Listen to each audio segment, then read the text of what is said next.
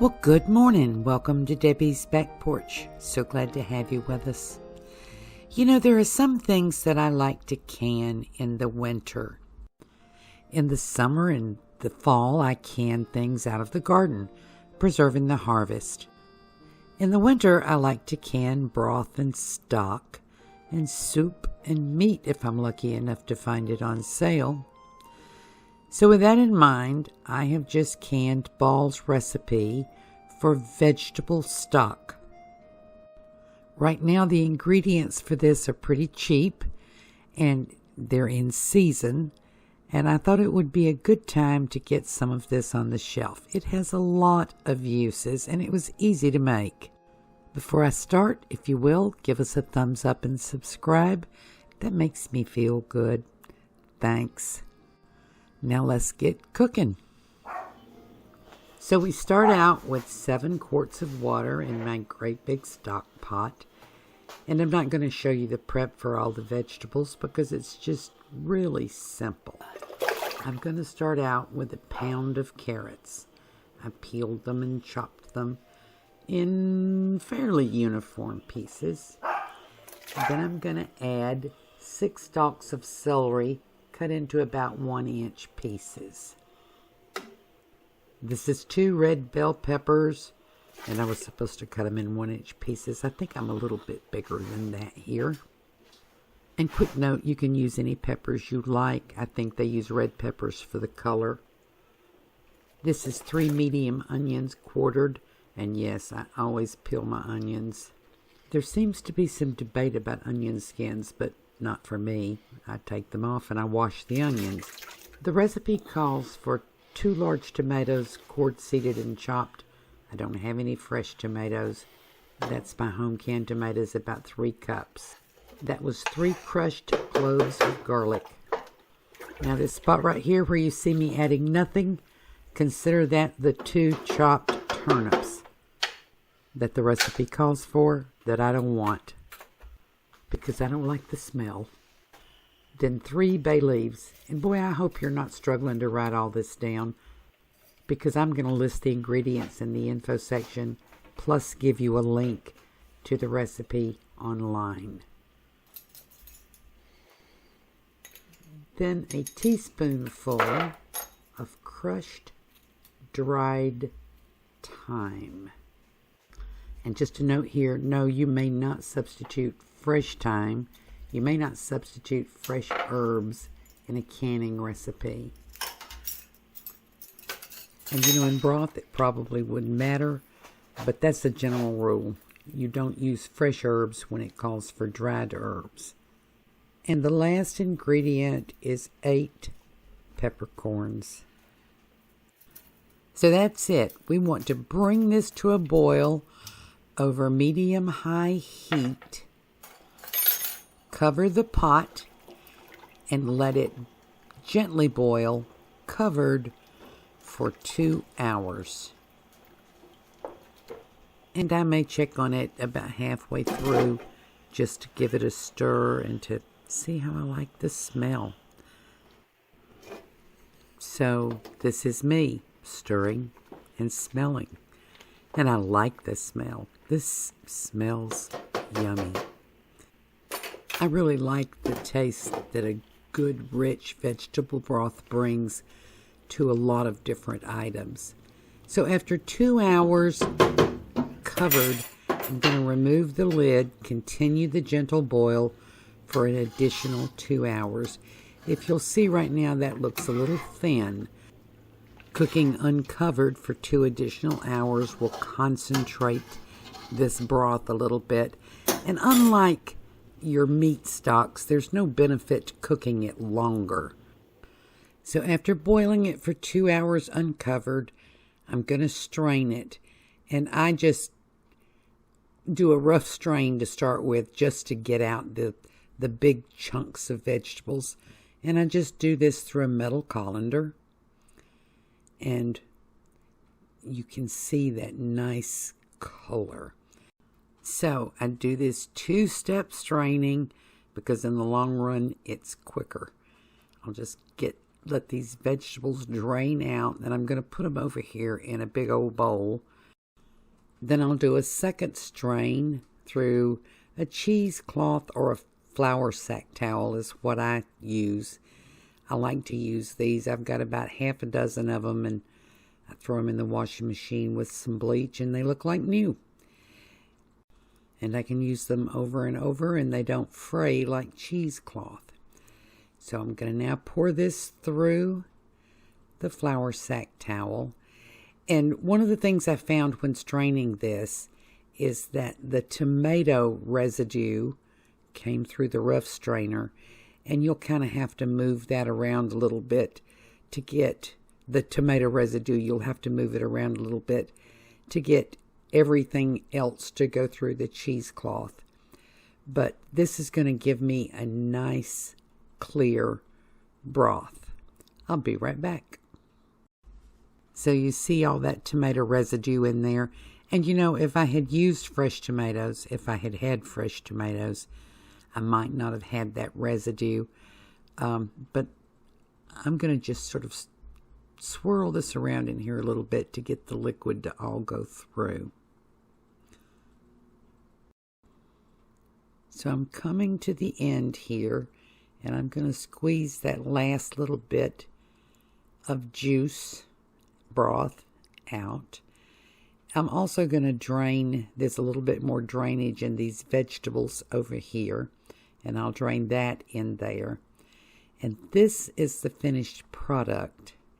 Now normally I would just move directly into canning this, but right about now I get a call from my eye doctor's office saying that my eye surgery had been moved up and I needed to get ready for eye surgery. So when I got done draining all this, I put it in 2-gallon bags and laid it flat in my freezer. And after my eye surgery, I came back to it. And because this is broth and there's no texture to lose, you can freeze it. But you couldn't do that with any vegetables or fruits that you plan to can, because that would ruin the texture for canning. So we'll pick this up when I can see again. So my broth is back in the stock pot.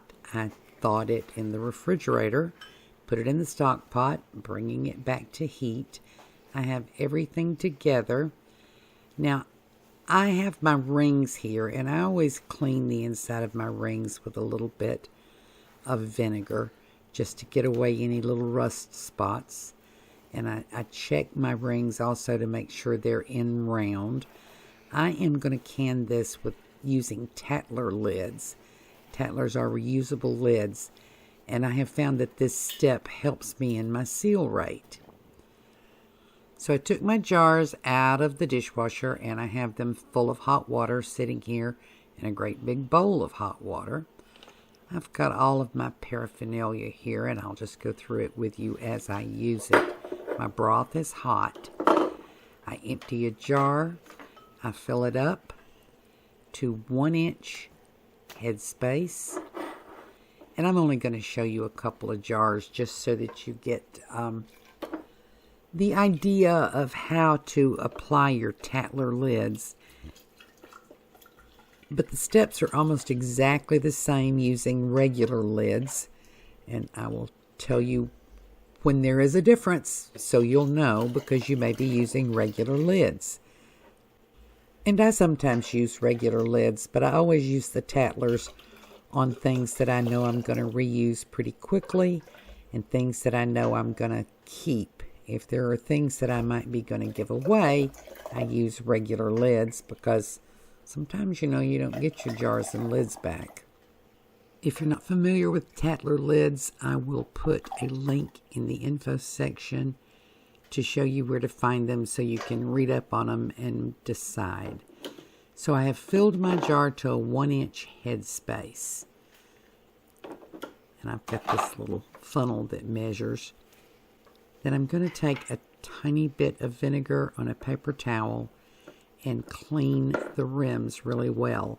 If I were doing something other than a liquid. If it were vegetables of any kind or fruit, I would use my chopsticks here to debubble, but this is liquid, so I don't have any bubbles caught in here. Now, this is the step that's different from regular lids. Tattler lids come in two pieces, the lid and the gasket. When you place the gasket on the lid, you make sure that it's evenly placed so that you don't see any of the red of the gasket around the outside of the white lid. I was holding the gaskets in warm water, and I actually put my lids in vinegar. So to make sure that your ring is seated properly, and this is with any kind of lid, I put it on as level as I can and turn it backwards, half a turn or so, and it will pop down evenly. Then with just your fingers, turn the ring until the jar starts to move, and then with your fingers give it maybe an 1/8 or 1/4 inch more turn. That's finger tight. This one goes in the canner. I'm going to show you one more. I'll go a little slower. Clean the rim with vinegar. This is just to make sure there's nothing caught on the rim to impede your seal. Get your rubber gasket. I don't think it's actually rubber. I just call it rubber. Get your lid and your ring. By the way, check closely because sometimes those gaskets stick together and you get two. So there's my lid. There's my gasket. I fit them on there. Make sure there's no play in it. Make sure it's a nice snug fit. Turn it over, double check, make sure I don't see any red. Place it on the jar. Then get the ring. Put the ring on top. Give it a turn backwards. It will pop down evenly. Then turn it back to the left till the jar moves. Then with just your fingers, give it about an 1/8 to 1/4 inch more. And into the canner. That is finger tight. I had my canner with 3 quarts of water because that's what my canner calls for. USDA calls for 2 to 3 inches of water. I had it on low heat. I had my broth warm. I had my jars warm. I had my canner warm.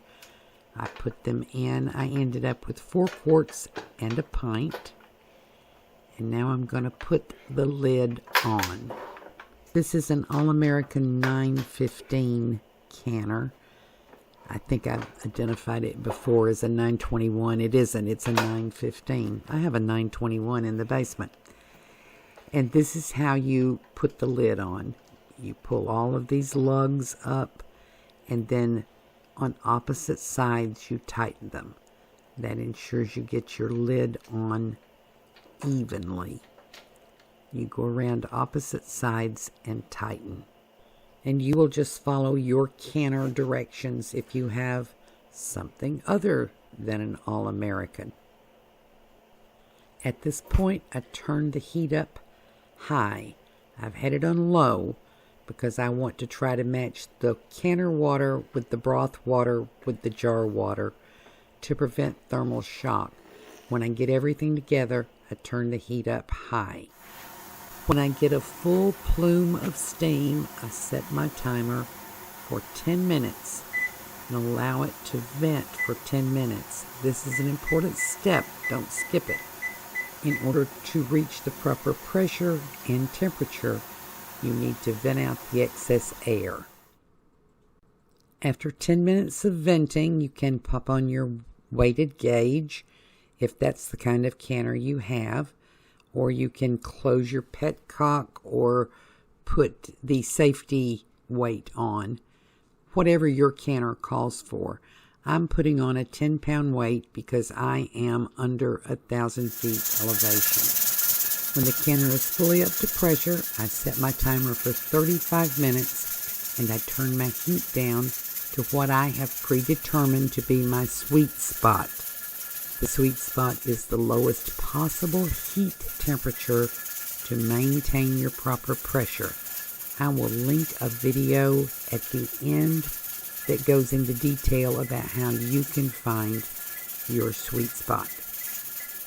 After the 35 minutes, I turn the heat off and let the canner return to 0 pressure normally. You can see on the dial gauge here that we're at 0 pressure. Now, there is a little quirk for All-Americans. I've talked to several All-American owners, and they've all experienced the same thing. Even when your dial gauge shows 0 pressure, there may be just a little bit, a tiny bit of pressure left in the canner. So I very carefully just touch it, touch the weight with my hand protected, and allow that last little bit of steam to escape. You can hear it there. Important to do it carefully and slowly, and then you can remove the weighted gauge. You want to follow your canner's directions for how to do that. It's different with different canners. Then set your timer and wait 10 minutes. Once you've waited that 10 minutes to allow for further cooling, you can remove the lid.